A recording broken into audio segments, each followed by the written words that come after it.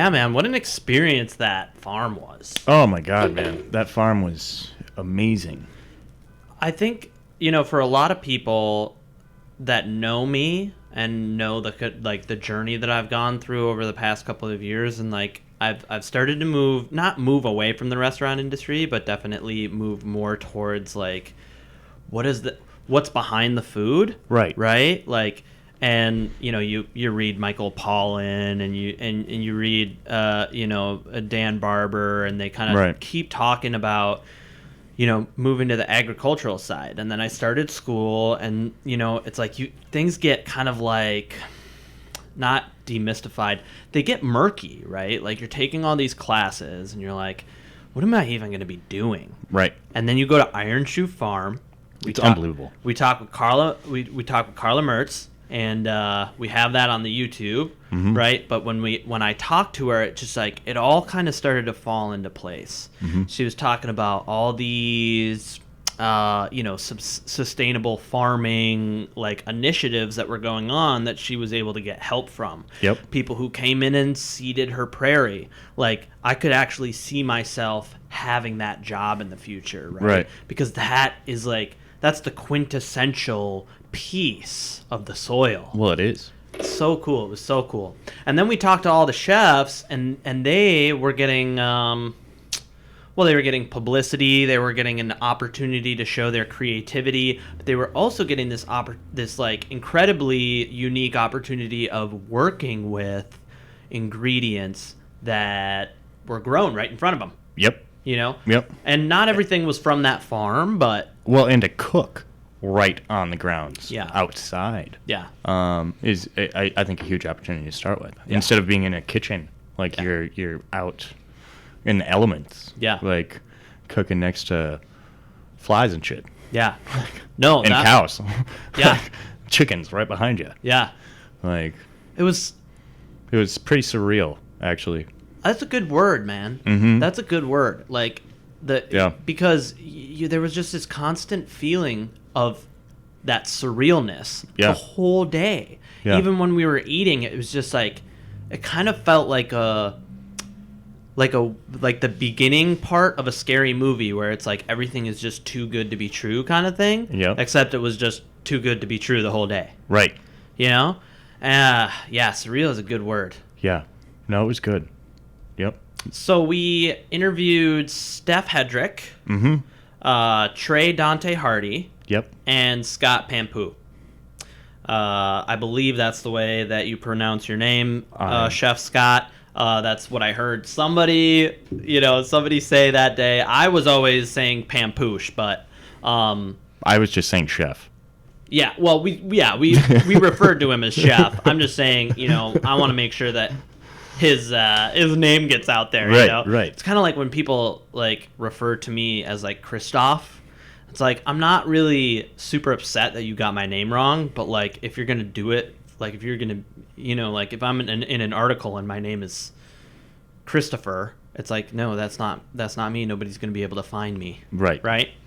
So yeah, we'll have all your information, but yeah, we'll put links in the bottom. And he's the one who invited us to the whole thing. He is, and it really, it was kind of an immaculate experience. It really was. It was an immaculate. I did not expect, actually, everything that went on. I didn't. I thought we were just going to a farm, right? And I didn't think like, oh, this is where all the ingredients come from, and we're cooking this food, and it's coming from here. Yeah. And this is how we do it. This is our soil. Like. Yeah.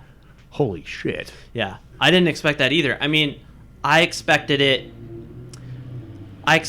to be, kind of that sustainable version of farming, right? I didn't expect it to be a bunch of corn when we got up there. Well, like but the amount, like the depth of sustainability, the depth of restorative agriculture, like everything about how Carla does it up there is like my dream. Well, shit, her pantry that she's running. Like, and you can get it online. We'll have all the links. Yeah. But it's unbelievable. Like duck eggs. Yeah. Some brie cheese. Yeah. Like all local within like that county is my understanding. Like it was kind of just like right there in that spot. Yep. Well, they kept telling us, you guys should move up to Princeton. Yeah. And it was kind of like weird to hear. It was really weird. We're city boys, right? And like Princeton. Yeah. Like, come on. Why Princeton? And then it's like, oh well, this is what's going on here. This is what's going on here. It's like a whole new freaking. Whole new life up there. Yeah, a movement for sure. Yeah. A movement for sure that I think Carla is in many ways the spearhead of. Yep. Which we did not know until we got there. We did not. Right? We actually did not know anything about Carla. Yeah. We were going there actually, I mean, to be brutally honest, we were going there for the tasting. Yep. For the chefs. Yep. Like, we didn't know, like, we knew, obviously, we were going to a farm. Right. And there was going to be animals and stuff. But then she just blew us away. Blew us away. I was like, that is... Yeah. I mean, it's incredible. I mean, you'll see it in the interviews, right? Oh, yeah. So we already have the first part of Carla's interview up. This is going to be the interview with the chefs. Mm-hmm. I think it kind of goes in line with how we're doing the show. And then I think it's good that Carla's getting her own spotlight. Yep. Because it's like... she's doing all kinds of stuff. I mean, she's starting a processing plant, right? That's how the whole tasting idea that's what it was funding. And she's changing the way that she's doing farming as she learns more and more about the sustainability of it all. Mm-hmm. So she's she's the kingpin. She is. Right? She's doing Carla great. the Kingpin. Yeah. Right? Change your Facebook name to Carla the Kingpin. It's true. Because I think that'll be good. It's a great handle. Yeah. No, you don't have to do anything that we tell you because we are students. Yes. No, actually, that's how I felt for a lot of it, as I was a student, mm-hmm. right? Like, she just was laying it all down. She taught us about, the different breeds of pigs, the different, different breeds of cows, and there's a lot of stuff that we didn't even get to. I didn't even see the broiler chickens. I mean, I didn't walk over there. Yeah. But, I mean, that's how much was going on everywhere else. Yeah. That I didn't even like. Well, and then, during the tasting, they were like, this honey is from Carla's, beehive. We're like, we didn't even know. Where the fuck were the beehives? I would have loved to see that. Yeah. But it's like, man. Yeah. I mean, there was just so much. Yeah. I mean, and we were there for, and she's only been doing it for 7 years, and 5 of it farming. Yeah. So 5 years, and you've already accomplished that. Mad props. Yeah. Kudos, man. Yeah. 100 kudos. Yeah. I mean, that's ultimately my goal for my family is something like that, and that is just to see it in that quick of time is really cool. Yeah. Cool is even an understatement. I mean, it's not even the right word. Yeah. I mean, fucking dope. It really is, dude.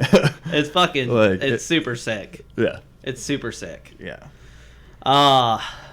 Well, I wanna talk a little bit about the chefs, introduce them, because in the interviews we get kind of down to the nitty-gritty. Mm-hmm. We talk about the stuff that they're making, we talk about what they're what they're planning to do, what their future looks like during COVID. Yeah. So we'll just do a quick, just introduce the chefs that you're about to see as we interview them. Yeah.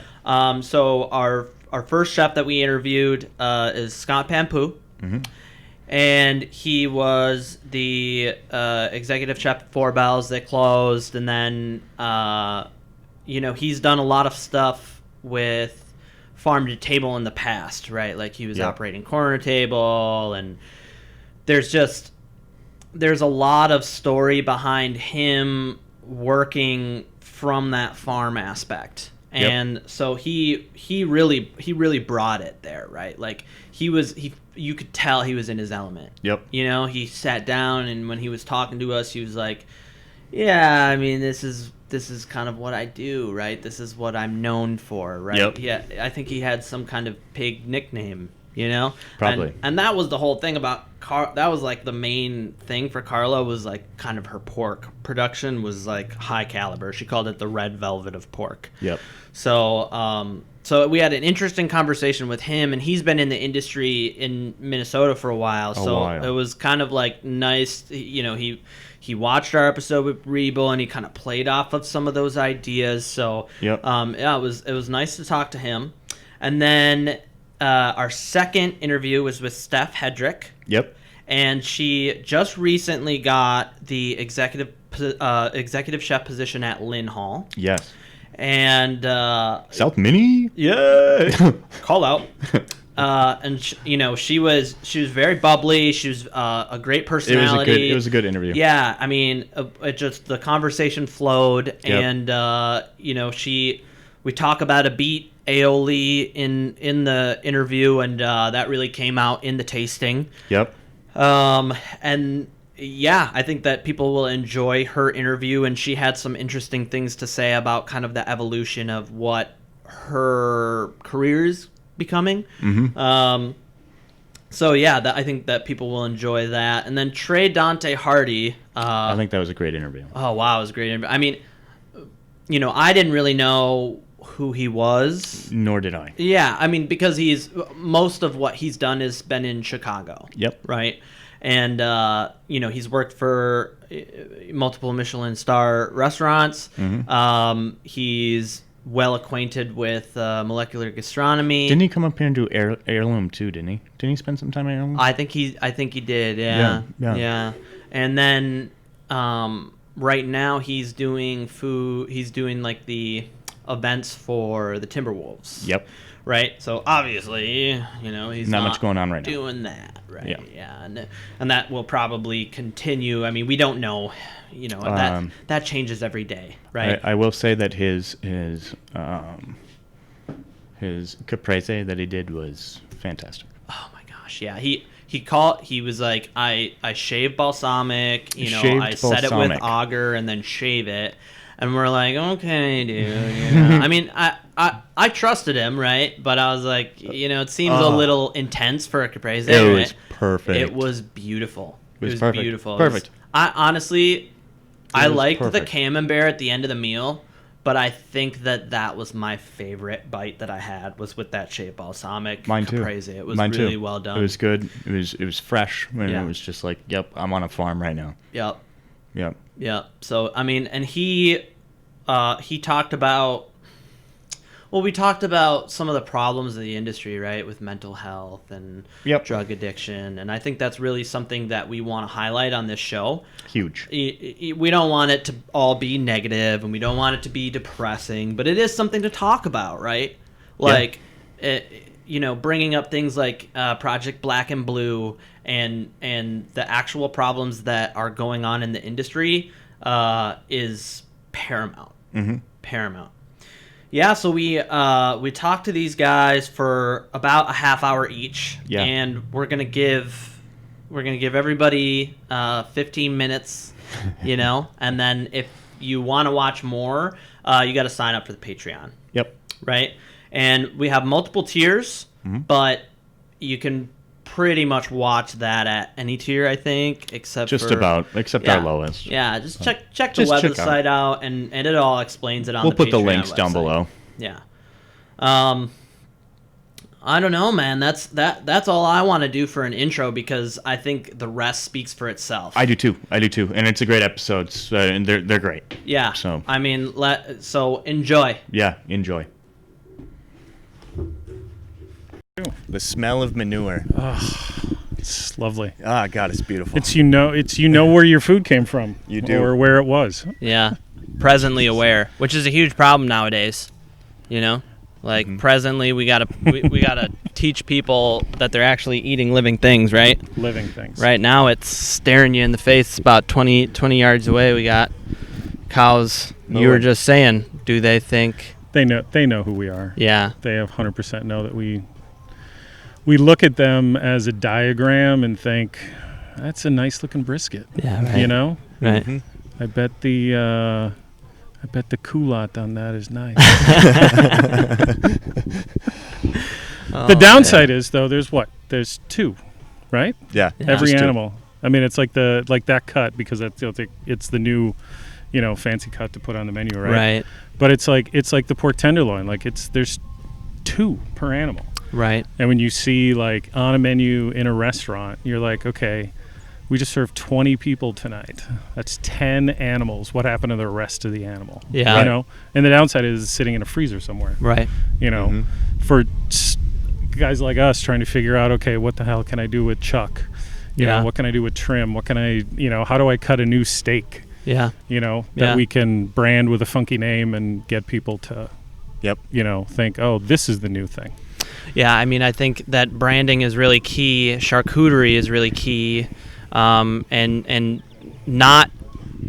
I think just changing the conversation from how can I turn this into a new cut of meat into how can I make something completely different or use it in another dish entirely. It's like, like for instance, head cheese, right? Mm-hmm. Like when I tell people about head cheese, they're like, "What's head cheese?" Well, what do you think it's really one of the most. Right. It's one of my ass cheese. It's not gas cheese. It's one of my favorite things to eat. Right. And so there's definitely room to do that, and I think that as people become more aware that that's what they're eating, and then you come up with their menu, and you're like, I'm using every bit that I can of that animal. People will become more and more attuned to you cooking like that, right? Yeah. Are you gonna cut in B-roll there to you pointing to the cow?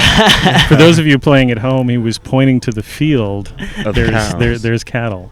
Yeah, staring at us. Well, I mean, and your comment about charcuterie is right, but the thing is that only solves for hogs, right? Right. Because there's, other than Bresaola, nobody's really doing any, beef charcuterie per se. There's a what is it? Who's the guy? He's got his name Jack, the jerky guy. We won't say the brand because they're probably not they're probably not. So we don't have the protection that we need. Bob's Rings, we'll call it Bob's Rings jerky. Yeah. It's fantastic jerky. Yeah, fantastic. Bob makes some mean jerky, but but other than jerky, what do you do with beef? And now everybody's dry aging, but then you run into the issue of when you dry age, there's shrink, there's loss, there's increased price. When everybody's like, well, I don't want dry aged, it's too expensive. It's like, well, what the hell are we gonna? The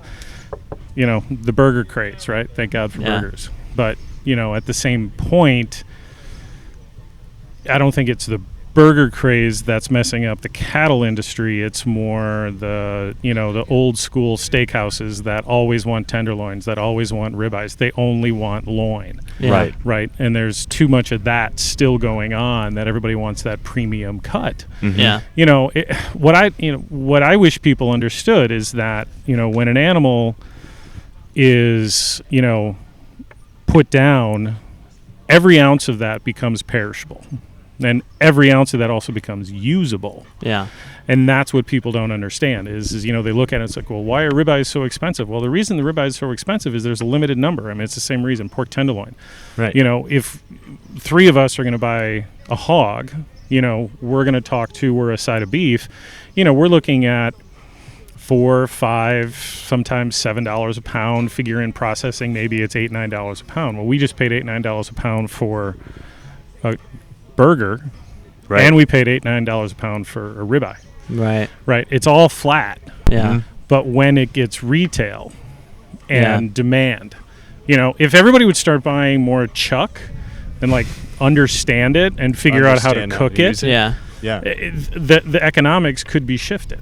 Right. But everybody's so stuck in, and again, it's we're here. These are pastured. Grass-fed animals. Mm-hmm. Let's not even get started. Who we got coming in? Is that Darth Vader over there? Yeah. She's part of the Sith. She's in all black. It's thrown off there for a second. We didn't mention the brand though. No, we didn't mention the brand. So the big D can't take it down. We'll just start disappearing. They'll furlough it right out of our accounts. Yeah, they won't even call us. They won't even tell us what's going on. We'll immediately be absorbed. Yeah, absolutely. So do you think that well, what is the chef's role there then? It's whole animal. Right. We as people in the culinary industry, and it's not just chefs anymore. I mean, yeah, that's the popular route to go, but it's also the butcher shops. It's also the school instructors. It's the cooking schools. It's the cooking demos. It's the grocery stores. Right. It's everybody's responsibility that is there for selling the product as a whole animal to move it equally. Yeah. Yep. Right? Yeah. I mean, if it's me in a grocery store, you should never put a sale on ribeye, New York's, but every grocery store does it to get people in the door around grilling season. What we should be taking tri-tip. California knows how to do it. They use tri-tip all the time. Texas uses tri-tip all the time. But up here, we have no idea what that is. We think it's pot roast. Right. I mean, I worked at a certain restaurant in a certain, 20 some years ago that, pot roast was king, and it was all tri-tip, and everybody's like, tri-tip, what's that? Right. And it's like they didn't even know what that was. Yeah. So, but that's the responsibility. I mean, I agree with you. Everybody goes to chefs and says it's restaurants, but nowadays it's everybody. Yeah. I mean, if you're cooking at home, learn how to do something other than grill. I mean, you guys have been in kitchens. I mean, the smartest guy is usually not the guy in the grill. Right. Right. That's totally the true. easy That's job. the easy job. The guy over on the saute, he's got thinking going on. Yeah. But the guy in the grill, I mean, how hard is it to flip it? Yeah. He's okay, now flip it over again. Chilling. Yeah. And then just move it over here, and we'll tell you to do it again. Yeah. He's got two steps. One side, upside, downside. It's more difficult than that. Yeah, There's guys that are grill cooks that would probably kick my ass for that. But anyway, so really, the responsibility thing is just look all the way up and down the animal, pay attention all the way up and down. If somebody tells you, "Hey, I got a deal on ribeyes," I don't know. Send it to a grocery store. Let the weekend warriors handle the ribeyes, right? Or do your restaurant some good. If you are working in a restaurant and somebody gets a hold of some ribeyes, charge for it. Right? It should be a premium. Yeah. It should absolutely be a premium. You should be. If somebody, way back when I was setting prices at my own restaurant, Chardonnay was the most expensive wine on my menu. It's probably the cheapest thing I bought. Why was it though? Because everybody wanted it. Yeah. Yeah. That's the whole point. And concept. for me, that's all you got to do. Right. And for me, I was more interested on the wine list of getting people to try different regions and understand subtleties and differences between the same grape in different parts of the world. But they'd always walk in and go, "I'll have a Chardonnay. What do you got for Chardonnay? What do you got for Chardonnay?" And I said, "You know what I have for Chardonnay? I have a $20 glass of Chardonnay, and you're gonna love it." Yeah, it's Whitehaven, and enjoy it. Exactly. And you four just paid for my dishwasher tonight. Thank you. Right. I mean, but that's the thing. So if you're in a restaurant and those types of things are going, and of course I know there's a lot of restaurants out there now that are trying to reinvent what a steakhouse is, and. Sure. I mean, I get it. What I've seen is some stuff going on with portion control, which I think is super important, that I think restaurants and chefs, are starting to really understand. You're starting to understand the economics of more a balanced plate, Maybe it's 6 to 8 ounces tops of protein instead of the 12 to 16. Yeah. But then there's also, 6 to 8 ounces of veg. On the plate. Now that's a balanced plate, and it's a good portion, but it also keeps your food costs in line. Right? I agree. I agree. I think that there's places that are doing that, and then they're also introducing more usable proteins like pork and like lamb and like goat, and that also plays into how you use your beef as well, and how the supply chain reacts to the usage of beef as well. Because I've talked to so many people, and I'm Greek, right? So goat is kind of like our go-to meat, right? However, when I talk to people, they don't even know that you can eat it, right? And I think that is reflected in how we raise our cattle in this country. So it really starts with the chef, both doing the portion control, but also attracting people to entirely new types of protein consumption. Yeah. You know what I mean? And the downside that I've seen is when you do talk about when everybody goes to goat and lamb and even chicken, everybody just assumes, well, it's supposed to be cheaper, right? Right. Like it's supposed to be less than beef. It's like, well, wait a minute. Everything has value. Everything has a process. There's steps in the process to get it to you. I mean, I remember I was serving a chicken breast, $19. Okay, $19 for a chicken breast. However, this was 2005. Right. Wow. So imagine that, $19 in 2005 for a chicken breast. And I had a guy look at me and he was just like, I'm not going to pay $20 for a chicken breast. And I said, well, I said, I think you should, because I'm buying, $4 a pound chicken. Right. And he was just like, well, why is it so expensive? And I said, I got a better question. Why is your chicken that you get at a grocery store so cheap? Exactly. 65 cents a pound for commodity, and right? I mean, and now that, back then it was 65 cents a pound. Now I think the commodity stuff is at like $1.09, for a whole bird, a wog, which I always thought was just so weird. Who came up with wog? Yeah, it's what's a wog? It's taken on a new meaning lately. So does it stand for something? Yeah. Anyway, but he and of course it was the foretop, right? And he was being the loudmouth, and it was another couple. Typical. And they're all like, oh, I'm sorry. And his wife is like, he's normally not like this. And I'm like, I bet he's like this all the time. Yeah, exactly. Yeah. But I told him, because he was giving the server a bunch of grief, and I just said, look, I said, eat it.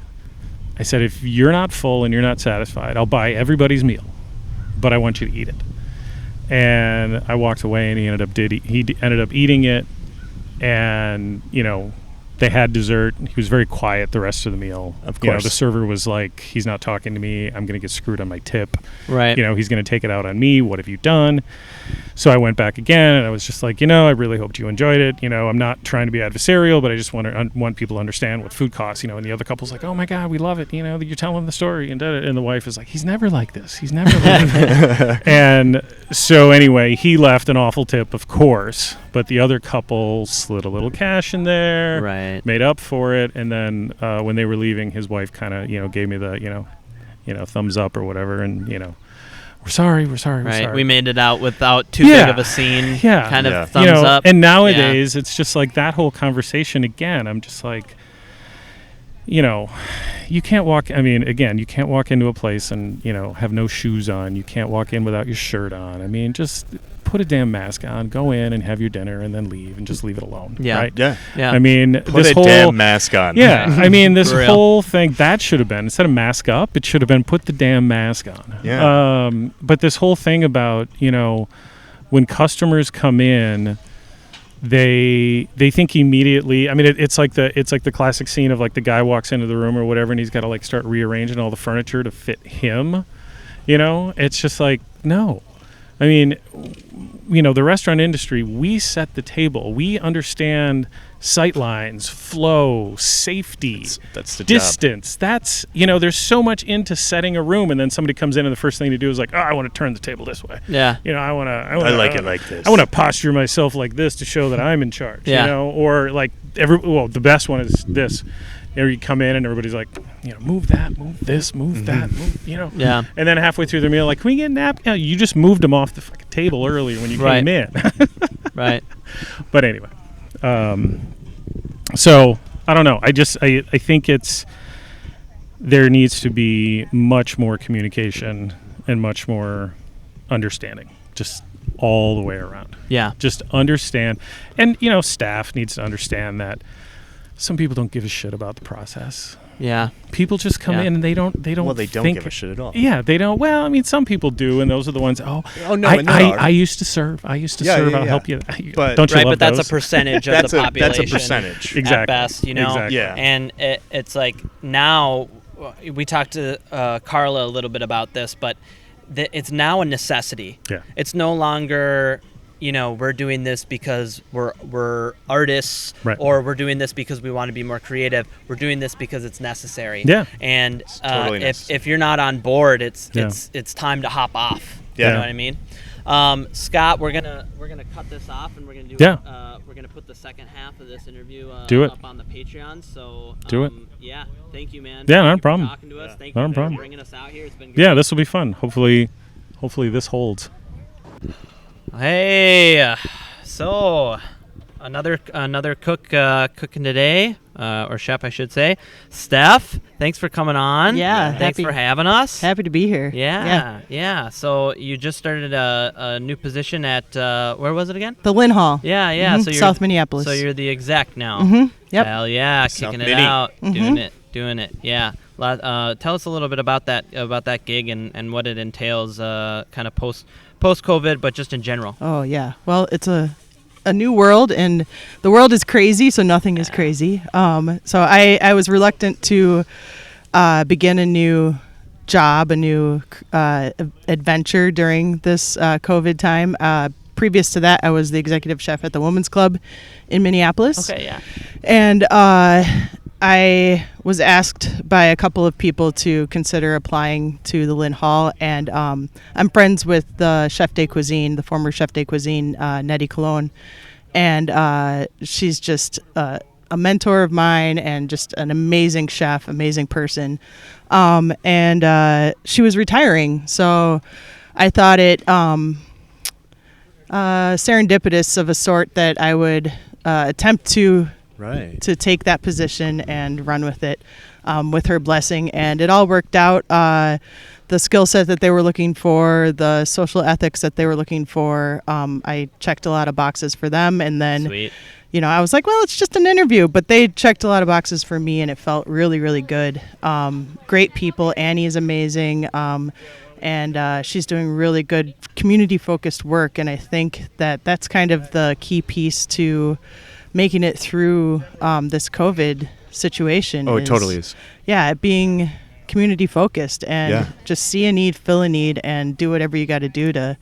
I mean, that's what all this is about right now. Is that people have to it's community. Yeah. We have to come together. Yep. It's been like a theme that's been absolutely like just blaring in our faces all day. You know, it's definitely what we're trying to like introduce with the show to people is like how community-based industry can really thrive, and then this whole setup has just really like just blown our expectations out of the water. Well, it's an eye-opener too. You know, it's like, oh my God, like, this is the new world. Yep. Like, we have to take a hold of this, and we need to run with it. Yeah. You know? And what you said about serendipity too is like, you're right, this is the new world, and it's absolutely beautiful, and it's almost like everything just fell into place. Yeah. It's just gorgeous. Yeah. It's absolutely gorgeous. There's a lot of positives coming out of this. I mean, tons of negatives, but it's especially as a chef, like, we think on our feet constantly, and it's like you have to be able to pivot, and you have to be able to, look in the cupboard and go, I can't spend another $200 on groceries. I gotta, make something up for dinner service right now and make it work and make it beautiful. And I think that that's coming into play in just about every aspect of life right now. Yeah. And, the people that can pivot harder and leave their egos behind are going to be the ones that survive and that look to the community and say, what do you guys want? This isn't about like the food I want to do. Well, it's not anymore. No, it's not at all. And that's what's so great about it is that it's actually, you have such a bigger perspective. I mean, it's so it's just better. Yeah. You're working kind of like with this higher purpose. You're being guided instead of you being like the director of the play, right? Like you're just another actor doing what your skill set allows you to do. Yep. Right. So I find that interesting because you're actually the first chef that we've talked to today, or the first person today who actually works in a restaurant right now. I don't have a job. Yeah. I don't have a job. Nor do I. I mean, I'm out too. And so. And so like when you come and you work at the and do this pop-up thing, how do you see that working into like the rest of your career? Do you see it as advertising, or do you see it as something separate, or do they just coexist really well? Yeah. Well, just a touch of irony to the whole thing is that the day that I put in my notice at the Women's Club, they told me that they're shutting down until December. So had I not gotten the gig at the Lynn Hall, I would be jobless right now. Wow. Yeah. So, and it was hours. It was like moments. Yeah. And it just kind of blows my mind. I feel like I'm going to get abducted by aliens or something. Yeah. It's going to happen next. I mean, you made a good move, I guess. You know, I mean, you can't anticipate that stuff. No, you can't. I just follow the breadcrumbs. You know, I get the nudges and I just go for it. So, it worked out, which is wild. But I got involved with this because I've been longtime friends with Scott, and I know that he's been out of work, and then I've just met Trey through Scott, and you know, I am very community focused. You know, anything I can do to hear a need and lift people up, that's what I want to do. And having a job or not, chefs need to cook. We need to entertain. We need to do wild things and have a lot of fun. And Scott is one of those chefs that constantly thinks outside the box. So doing a pop-up with him is a no-brainer. And then Carla, her and I have had a relationship since the inception of the farm. Yeah. And you know, we've just worked together, networked together, and so she started doing these things, and every idea. I don't think she sleeps. I don't know. This farm is amazing. She does so much, and she's not afraid to take a risk and go, okay, so now what? And could this work? And could this work? And she's calling me, you know, and going, I don't know, do you think this could work? Like, if it was anyone else, I would say maybe they should, you know, take a step back and relax for a second. But it's Carla, and I'm like, go for it, because everything she does is absolutely successful and delicious. Her animals and her steaks and her hogs. I have never in my life, the fat that comes off those hogs is like liquid gold. Oh. Like, if it wasn't such a gross picture, I would seriously just could drink it. It's that delicious, though. Yeah. It's not heavy. And it looks like liquid gold. Well, she was explaining to us earlier about like the mixed breeding and how it's like the red velvet of pork, and then, you know, that in itself is amazing. But also we got to see how the pigs live. We got to see, you know, she talked about how you can tell they're happy and how their breeding is organic, and, you know, there's not a bunch of AI going into it, and there's not a, you know, all these things, they're pasture raised, all these things go into the quality of that meat. So when you say that, I fully believe it, and like I can't wait. Yeah. Can't wait to taste it. I totally. It's so clean. I mean, everything that comes off those animals is like see-through. Like it's astounding. It's amazing, and it's delicious. Yeah. So, yeah, and coming out here and cooking is a no-brainer. You know, you just start with beautiful stuff and then just try not to mess it up. Just right. Do good stuff and make good decisions. Kind of like a put your head down and run the play kind of situation of just like all I need to do is present. Yeah. Wow. That's got to be an amazing feeling, because it's like, you know, I think people don't really understand from a chef's perspective of what it's like cooking in the city sometimes, where like you have to do so much to make something delicious, because you just don't have access, especially in Minnesota, where, you know, in the middle of winter, even if you're doing really seasonal things, unless you're doing like fermentation or you know, you have some kind of dry age program set up, you're working with food that you've never seen. It could be from anywhere, really, you know. Even the more expensive stuff, it's like, well, we did our best. So like you're stuck trying to like climb up this huge hill, and so like cooking out here just has to be, I mean, just a joy for you, right? Yeah, absolutely. And just with all the animals too. Yeah, cooking right next to the chickens. I know. I kind of feel bad for them today. Right? Yeah, there is. We're gonna cook their I just cousins keep on going towards the chickens. Right, I'm like, there. Hey, what's going on over there, guys? Oh well. Well, that's another thing we talked to Scott a little bit about, is like, I think it's a good opportunity for people to actually like see the animals, right? Because a lot of people just don't make that mental connection with like these are the animals that I'm eating. Yep. It's just a just a steak. They say steak, and when they think of steak, they don't think of a cow. But here, you can't escape it. Yeah, the disassociation with where food comes from has been something that I've been very passionate about reversing. And I always say, if I went to college, I would have gone for food history, which would make me know more money. Yeah. But no, but at least you would know the knowledge you would find. So I read a lot. Sure. Yeah. But I also, this was probably like 10 years ago now, I raised backyard chickens because I wanted to know. And actually my first house was blocks from Corner Table. And Scott owned it. So I was that like nerdy kid showing up at his back door with like 24 eggs. You want these? Can you use them? Yeah. Right. Come on in. He jumped on it. Let's hang out and cook some food and drink some coffee. So yeah. Awesome. But it gave me so much respect for the process of making food and where it comes from. And I mean, I was in that coop every single day and I only had 5 chickens. So yeah. Can you even imagine? It's kind of my dream, you know. It's mine too. Oh God! Oh. And I do tiny living too, so do we. Cool. Yeah, excellent. Yeah, we have a little 400 square foot house. Cool. So. Excellent. I have a 150 square foot pull behind trailer, and that's. Do you? Oh my God! I want to talk so much more about this. Yeah, and then I have my 30-foot trailer. That's my eventual retirement. Oh my God! I cabin. have so much to talk about. I'm so excited right now. Yeah. No, this is what he's all about. Yeah. Yeah. Absolutely what he's all about. Someday, just being able to, especially with like how crazy the world's getting. You know, there are crazy ideas. No. But raising your own food and being able to survive off of what you can produce. I think that's the whole thing. Yeah. And that's what's so great about this is that you're actually seeing stuff being grown and also consumed. Yeah. It's all together right in a row right in front of your face here. There. This is such a cool experience. We're so excited. It really is. Yeah, we're so excited to be here. It's a lot of fun. Mm-hmm. All right, Steph, we're gonna cut this portion of the interview off, and this will go on YouTube, and then the second portion of the interview we're gonna put on our Patreon if that's cool with you. Cool. Yeah. Totally. Sounds good. Yeah. So tell us a little bit about yourself. Introduce yourself. I am Trey Hardy. A little bit about me is I am from Chicago originally.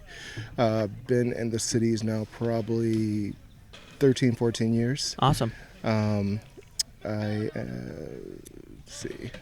Did you cook in Chicago? I did. So I cooked in Chicago at a couple places, one being the Drake Hotel in Chicago. Okay. And then moved from there for culinary school in Scottsdale, Arizona. Went to school there and then moved to Vegas after that. So Vegas. Wow. Yep. In Vegas, I cooked at the Ritz-Carlton, worked for a company that is run by a chef named Andre Rocher. He had about 5 different French high-end restaurants down there. So I cooked at about 3 of them. One being on top of the Palms, it's called Alizé, and then the Monte Carlo Hotel. We had Andres at the Monte Carlo. Both are 2 Michelin stars. So oh wow, yeah. Wow. From there, moved here. Yeah. You outrank us. You outrank us. Congratulations. No, that's awesome. That's amazing. That's awesome. Yeah. That's amazing. So how'd you end up in Minnesota? I'm from the Midwest. I wanted to get back to the Midwest, be a little bit closer to my family. Mm-hmm. Yeah. And just happened to kind of be looking at what was up and coming. I didn't really want to go back to Chicago right away to cook. Right. So I was kind of, talking to some people, and one of the recommendations was the Twin Cities, and I found it to be like an up-and-coming dining scene, and so I thought, that'd be great to be a part of that. So it was cool to get back here and start working. I took a job with Alex Roberts at Alma, and worked at Brasa, opened the St. Paul location there. Oh, really? As a Awesome. sous chef there, and then left there, went to Cosmos. At the Graves Hotel back then, and that was kind of where I got into a little bit more of molecular gastronomy and that kind of stuff. Fun. Left there, went to Heartland after a few years. Oh, Heartland. Nice. Heartland with Lenny Russo, and really found my passion there for farm-to-table cooking. Mm-hmm. So I think he's kind of underrated when it comes to that, being a driving force and bringing that to the cities. Right. After we finished up there, I went to work for the executives at 3M. So I was kind of their chef, and I worked there for 7 years. And then I recently about a year and a half ago, took a position with the Timberwolves, so being a chef there. So awesome. Yeah. Wow. So how are you feeling about the whole COVID? Like, how has that affected your career? Do you think that well, I guess the Timberwolves probably aren't even super affected. I don't know what the deal is with them, but do you see that your career is going to be moving in a new direction now that COVID has happened? Are you going to be doing more farm to table pop-up stuff, or are you thinking about staying with the Tims? So right now, obviously, there's nothing going on at the arena. There isn't, we have no shows. I didn't think so. Nothing. Right. So right now, I'm kind of just hanging out at home, working, doing most of the menu prep for what we hope will be next season. Right. A lot of the club prep, and the club I kind of oversee at the arena is the Lexus Courtside Club. So right now we're trying to figure out different ways that we can approach that with the current situation that we're in with COVID. So we usually do kind of big tables with a lot of food on them, and so now we have to rethink that and figure out how can we, serve 400 people in one club and do it safely and really the appearance of safety, because we cook, chefs cook safely for the most part, I believe. Yeah. But I think people have an expectation of what they want to see, and that's kind of what we're working on right now. So I don't know that it'll really change what I do as far as cooking. I've always it's what I do. So if I am not with the Timberwolves next year, I'll be cooking somewhere. Right, so right. It is what it is. Yeah. Right. Yeah. Yeah. So have you been doing a lot of the pop-ups since you've been off from COVID? Have you been doing like a lot of this kind of stuff over the summer? No. This is the first thing that I've done. I think we stopped going into the arena in April. Yeah. And from there, I've kind of just been hanging out at home, working in my garden, and that's pretty much it. Like most of us. Yeah. Yeah. I have a pop-up series that I do personally. It's called Ophelia. I've been doing it in the cities for about 4 or 5 years. I think I've heard of it for sure. Yeah, I have too. I didn't know. So that's yours. Yeah, that's mine. Wow. So I the last one I did was at Octo Fish Bar in Lower Town. Yeah. And that was the end part of last year. So. Yeah, I think that's where I heard of it. Yeah. Yeah, I haven't been able to get out and try it, Yeah, but you know. Well, that's super cool. What are you going to be making today? Today I did a braised five spice braised pork shoulder. Yum. With peaches. Some of these really good. Fucking pumped. Yeah, these peaches are so sweet. I'm sure Steph mentioned them because she's been eating them. No, she hasn't. No, she hasn't. That's probably why. Yeah, that's it. Keep it on the low. Yeah. But yeah, so I got that, and we did a whole grain mustard demi-glaze with it, and some pickled ramps. So it should be pretty tasty. Yeah, that's awesome. Yeah.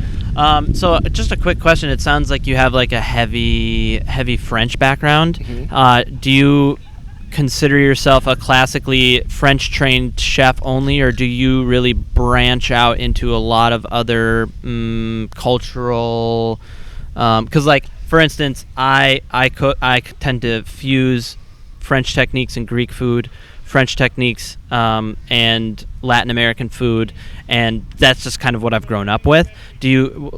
I guess my main question is, what other cultures do you really rely on for your cooking? Well, mine. Right. So, growing up in a black household, a lot of our influences come from the South, and so in my Ophelia pop-ups, those are what's kind of the focus.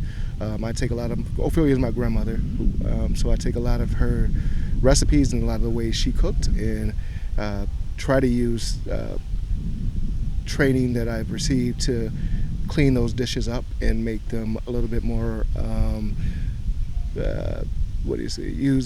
Make those kind of like elevated a little bit. Well, I don't want to say I want to elevate my grandma's cooking because modernize. I can't really do that. Right. But it, like make it dress more it up. Yeah. Dress it up because it's like that's the thing is like it's already there and it's already perfect the way that it is, but people have that like glamorized sense of what a dish should look like, and that's what that's all you need to do with it. It's just like kind of turn it into that.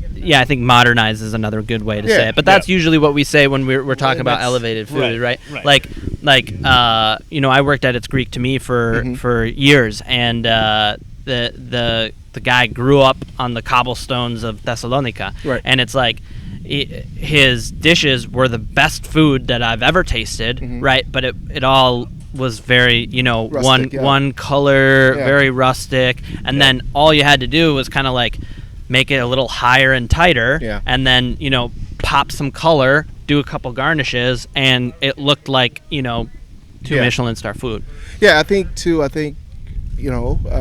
obviously my grandmother didn't have any formal training, right? And I think sometimes when you understand how food should act, there's ways to elevate the flavors that may not have shown through back then. So right. A lot of the food that is involved in Southern cooking, to me, can be overcooked a lot of the time. They don't really kind of, it's not a real big belief in, say, filet, if you were cooking a filet, to undercook that. Right. So a lot of times it would be very, very well done. When you understand flavor and how that works, then you how the proteins change and all that. So you understand where's that stage that I can get the most flavor from this product that I'm using. Yep. And so I think those are kind of the training things that I picked up that I try to put onto my food that I grew up eating. So also I mentioned Cosmos earlier, but there was a really most of the food that we did there was very modernist cooking. Used a lot of scientific methods. It's kind of similar to Alinea in Chicago. Okay. So a lot of our techniques there were based in science, and how can we use food science to get the best result as well, and maybe change the appearance of it, but still get the same classic flavor that you may get, say, from a hollandaise, but instead we use like a kind of break it down to its basic form and then build it back up, so yeah, a lot of that kind of training there, a lot of sous vide food and those kind of things. Yeah. I'm gonna cut us off right here. This portion of the interview will be free and everybody can see it on YouTube. And then let's go a little bit deeper into some of the molecular gastronomy with the second half of the interview available on our Patreon. Awesome. Sweet.